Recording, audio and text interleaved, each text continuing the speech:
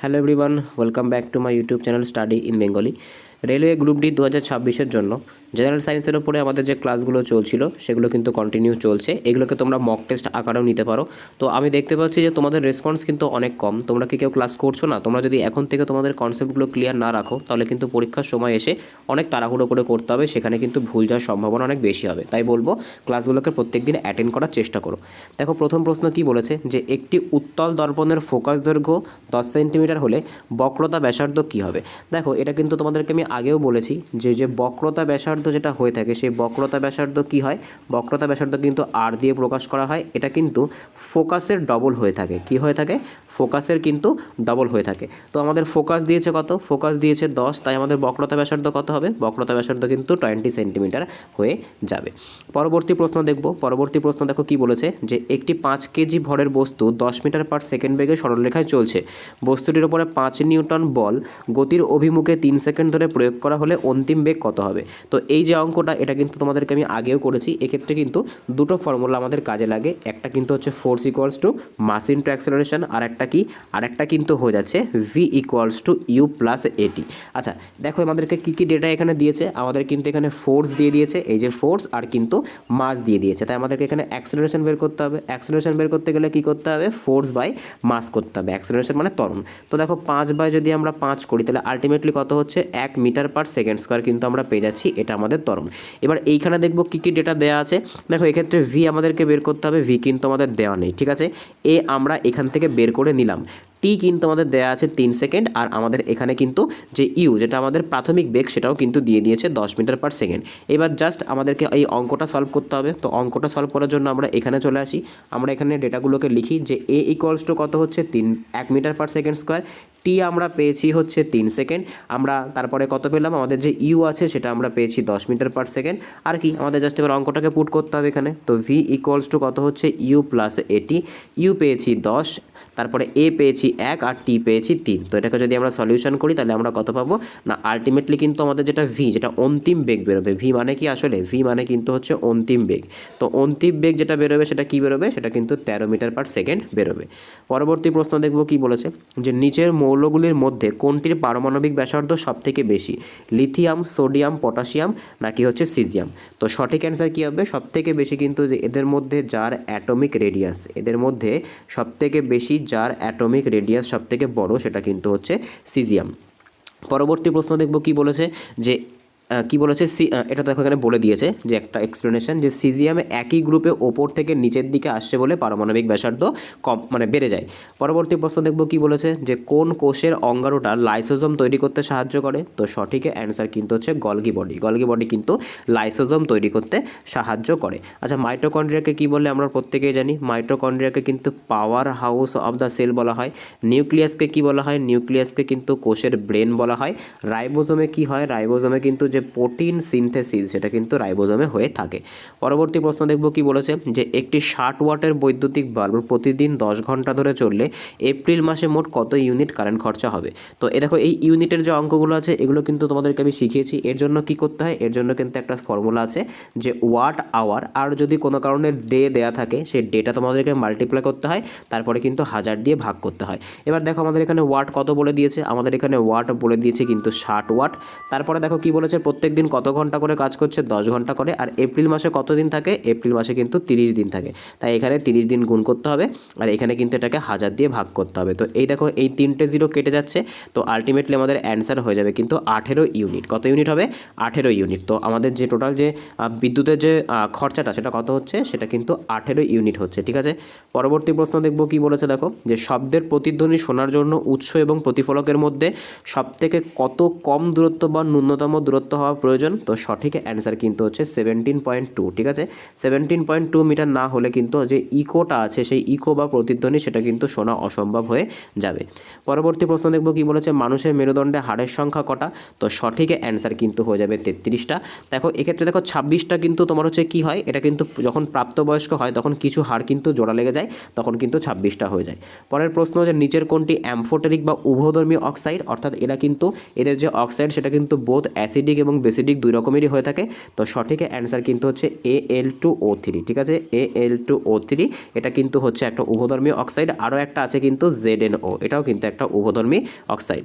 পরবর্তী প্রশ্ন দেখব কি বলেছে, শব্দের গতিবেগ শুষ্ক বায়ুর তুলনায় আর্দ্র বায়ুতে কেমন হয়।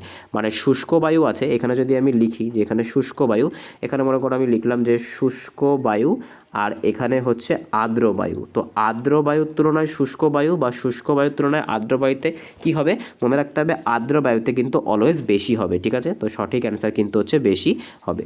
পরবর্তী প্রশ্ন দেখব, আবার একটা অঙ্ক দিয়েছে যে একটি 10 ওহম এবং 40 ওহম রোধের পরিবাহীকে সমান্তরাল সমবায়ে যুক্ত করলে কোন রোধ সৃষ্টি হবে। তো সমান্তরাল সমবায় করার জন্য আমাদের ফর্মুলা কী ছিল, যে 1/R = 1/R1 + 1/R2, এইভাবে কিন্তু যতগুলো রোধ থাকবে, তো এক্ষেত্রে দুটো আছে, তাহলে এখানে 1-এর 10 নিতে হবে আর এখানে 1-এর 40।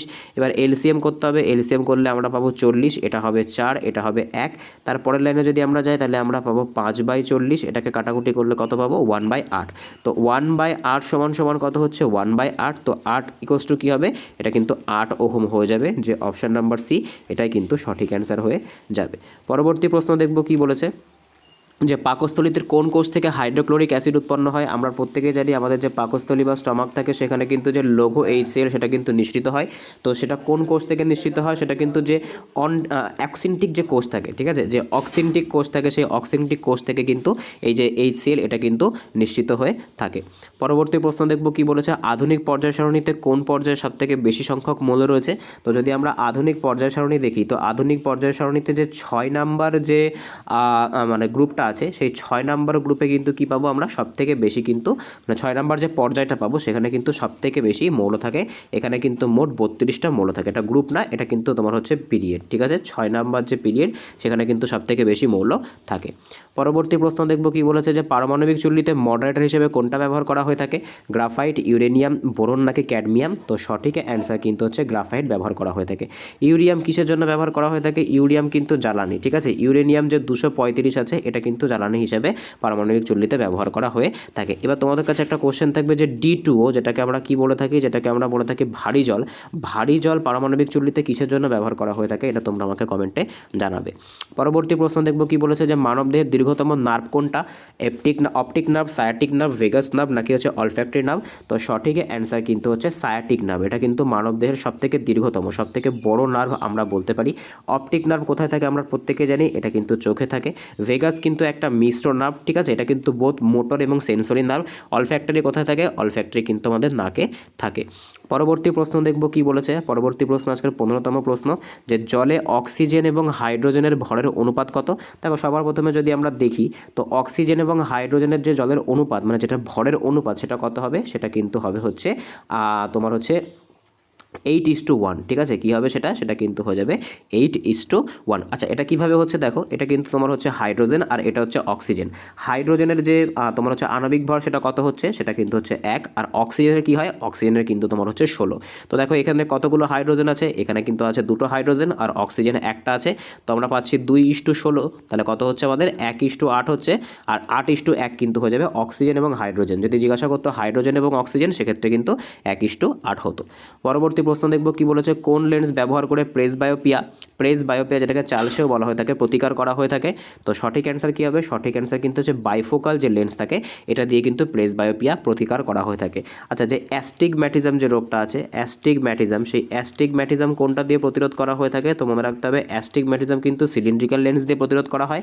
অবতল লেন্স দিয়ে কী করা হয়, অবতল লেন্স দিয়ে কিন্তু যে মায়োপিয়া যে রোগটা আছে সেটাকে প্রতিরোধ করা হয়, এবং উত্তল লেন্স দিয়ে কিন্তু যে হাইপারমেট্রোপিয়া রোগ আছে সেটাকে প্রতিরোধ করা হয়।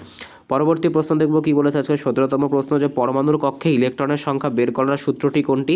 তো সেটা কিন্তু হয়ে যাচ্ছে 2n², ঠিক আছে। মোট কিন্তু আমরা যে পরমাণুর কক্ষগুলো থাকে সেগুলো K, L, M এভাবে কিন্তু সাজাতে পারি। তাহলে প্রথমটা হচ্ছে K কক্ষ, তারপরটা L, তারপরটা কিন্তু হচ্ছে আমাদের যে M কক্ষ। যদি আমরা দেখি তাহলে 2 আমাদেরকে সূত্রের 2 নিতে হবে, যে কক্ষ নাম্বার আমরা নিচ্ছি। যদি আমরা K এর নিই তাহলে K হচ্ছে 1 নাম্বার কক্ষ, তাহলে K এর যে কক্ষটা আছে সেটাকে স্কোয়ার করতে হবে। তো 1 স্কোয়ার করলে 1 হবে অর্থাৎ 2, তাহলে প্রথম কক্ষে কিন্তু দুটো থাকতে পারবে। পরবর্তী প্রশ্ন দেখব কি বলেছে, নিচের কোনটিকে অ্যাকোয়াফর্টিস বলা হয়? তো সঠিক অ্যান্সার কী হবে? সঠিক অ্যান্সার কিন্তু হচ্ছে HNO3, যেটাকে নাইট্রিক অ্যাসিড বলি, সেটাকে কিন্তু অ্যাকোয়াফর্টিস বলা হয়ে থাকে। আচ্ছা, H2SO4 মানে কি? H2SO4 মানে কিন্তু হচ্ছে সালফিউরিক অ্যাসিড। আচ্ছা, HCl মানে কি? হাইড্রোক্লোরিক অ্যাসিড, যেটা কিন্তু আমাদের স্টামাকে থাকে। আর CH3COOH এটা কিন্তু হচ্ছে অ্যাসিটিক অ্যাসিড। পরবর্তী প্রশ্ন দেখব যে পৃথিবীর কেন্দ্রে কোনো বস্তুর ওজন কী হবে? তো সঠিক অ্যান্সার কিন্তু হচ্ছে পৃথিবীর কেন্দ্রে কোনো বস্তুর ওজন কিন্তু হয়ে যাবে 0, ঠিক আছে। আর মেরু অঞ্চলে কী হবে? মেরু অঞ্চলে কিন্তু ওজন সবথেকে বেশি হয়ে থাকবে। পরবর্তী প্রশ্ন দেখব কি বলেছে, যে কোষ বিভাজনের কোন পর্যায়ে ক্রোমোজোমগুলি VL, J বা I আকৃতি ধারণ করে? তো কোষ বিভাজন থেকে কিন্তু একটা কোশ্চেন, তো সঠিক অ্যান্সার কিন্তু হচ্ছে অ্যানাফেজ, ঠিক আছে। অ্যানাফেজ দশায় কী হয়? যে ক্রোমোজোমগুলি আছে VL, J, I ইত্যাদি কিন্তু শেপ নেয়। পরবর্তী প্রশ্ন দেখব কি বলেছে, সবথেকে বেশি নমনীয় বা ম্যালিয়েবল ধাতু কোনটা? তো সবথেকে বেশি ম্যালিয়েবল ধাতু কিন্তু হচ্ছে সোনা। আমরা কিন্তু কি করতে পারি? আমরা কিন্তু 1 গ্রাম সোনাকে 1 কিলোমিটার রাস্তা কিন্তু বানাতে পারি। চওড়াতে বলছি না কিন্তু আমি কিন্তু বলছি লম্বাতে। পরবর্তী প্রশ্ন দেখব কি বলেছে, কোন হরমোনকে জরুরিকালীন হরমোন বলা হয়? তো সঠিক অ্যান্সার কিন্তু হচ্ছে অ্যাড্রিনালিন। এটা কোথায় থাকে? এটা কিন্তু কিডনির ওপরে যে অ্যাড্রিনাল গ্ল্যান্ড থাকে সেখান থেকে কিন্তু নিঃসৃত হয়। ইনসুলিন আমরা প্রত্যেকে জানি অগ্নাশয় থেকে নিঃসৃত হয়ে থাকে ইনসুলিন। তারপর যে থাইরক্সিন থাকে সেটা কিন্তু যে থাইরয়েড গ্ল্যান্ড, সেই থাইরয়েড গ্ল্যান্ড থেকে নিঃসৃত হয়ে থাকে। এটার কাজ কি? এটা কিন্তু আমাদের বডির যে BMI আছে সেই BMIকে কিন্তু নিয়ন্ত্রণ করে থাকে। আর ইস্ট্রোজেন কি? ইস্ট্রোজেন কিন্তু আমরা জানি যে নারীত্বের হরমোন। পরবর্তী প্রশ্ন দেখব কি বলেছে, যে উড়োজাহাজের টায়ারে কোন গ্যাস ভর্তি করা থাকে? তো সঠিক অ্যান্সার কিন্তু হচ্ছে নাইট্রোজেন, ঠিক আছে। এরোপ্লেনের যে চাকাগুলো হয়ে থাকে সেখানে কিন্তু নাইট্রোজেন গ্যাস ভর্তি করা হয়ে থাকে। ইভেন যে আমাদের বাড়িতে যে বৈদ্যুতিক বাল্বগুলো হয়ে থাকে সেই বাল্বের মধ্যেও কিন্তু এই নাইট্রোজেন গ্যাস ব্যবহার করা হয়ে থাকে। তারপরে অনেক সময় কিন্তু এমন কোশ্চেনও দেয় যে চিপসের যে প্যাকেট থাকে সেই চিপসের প্যাকেটে কোন গ্যাস ভর্তি করা থাকে? সেখানেও কিন্তু নাইট্রোজেন গ্যাসই ভর্তি করা থাকে, ঠিক আছে। পরবর্তী প্রশ্ন দেখব যে উদ্ভিদের কোন হরমোন ফুল ফোটাতে সাহায্য করে? তো সঠিক অ্যান্সার কিন্তু হচ্ছে ফ্লোরিজেন। ফ্লোরিজেন যে হরমোনটা আছে সেটা কি করে? সেটা কিন্তু ফুল ফোটাতে সাহায্য করে। আচ্ছা, সাইটোকাইনিন কি করে? এটা কিন্তু উদ্ভিদের যে কোষ বিভাজন আছে সেই কোষ বিভাজনে কিন্তু সাহায্য করে থাকে সাইটোকাইনিন। জিব্বারেলিনের কাজও কিন্তু গাছকে বৃদ্ধিতে সাহায্য করা। অক্সিজেনের কাজ কিন্তু অক্সিজেনের যে কাজ সেটা কিন্তু গাছকে উল্লম্বভাবে বৃদ্ধিতে সাহায্য করা। পরবর্তী প্রশ্ন দেখব কি বলেছে আজকে লাস্ট প্রশ্ন, নিচের কোনটি তড়িৎচুম্বকীয় তরঙ্গ? এক্স রশ্মি, গামা রশ্মি, আর আল্ট্রাসাউন্ড এবং হচ্ছে বেতার তরঙ্গ, ঠিক আছে। তড়িৎচুম্বকীয় তরঙ্গ নয় বলেছে, সরি। নিচের কোনটি তড়িৎচুম্বকীয় তরঙ্গ বা ইলেকট্রোম্যাগনেটিক ওয়েভ নয়? তো সঠিক অ্যান্সার কিন্তু হচ্ছে আল্ট্রাসাউন্ড। আচ্ছা, আল্ট্রাসাউন্ড মানে কি? এটা কিন্তু তোমার হচ্ছে সাউন্ড, বা এক কথায় আমরা বলতে পারি যে শব্দ। আর মনে রাখতে হবে যে সাউন্ড কেমন ওয়েভ? সাউন্ড কিন্তু একটা যান্ত্রিক তরঙ্গ, ঠিক আছে। বা এটাকে কিন্তু ইংলিশে কি বলা হয়ে থাকে? এটাকে কিন্তু ইংলিশে বলা হয়ে থাকে মেকানিক্যাল ওয়েভ, ঠিক আছে। অর্থাৎ এটা চলতে গেলে কিন্তু কোনো রকম একটা মাধ্যমের প্রয়োজন হবে, কোনো রকম মাধ্যম ছাড়া কিন্তু এটা চলা সম্ভব না। সেই কারণের জন্য কিন্তু এটাকে কি বলা হয়? এটাকে কিন্তু যান্ত্রিক তরঙ্গ বা মেকানিক্যাল ওয়েভ বলা হয়। কিন্তু যে ইলেকট্রোম্যাগনেটিক যে ওয়েভগুলো আছে সেগুলো চলার জন্য কিন্তু কোনো রকম মাধ্যমের প্রয়োজন হয় না। তো আজকের ক্লাস এই অবধি ছিল। আউট অফ 25 কার কত স্কোর হলো অবশ্যই কিন্তু কমেন্টে জানিও। আমি দেখতে পাচ্ছি যে তোমাদের রেসপন্স সত্যি খুব কম। আমি জানি না ব্যাপারটা কেন। কোনো রকম কোনো প্রবলেম হলে তোমরা আমাকে কমেন্টে জানাতে পারো।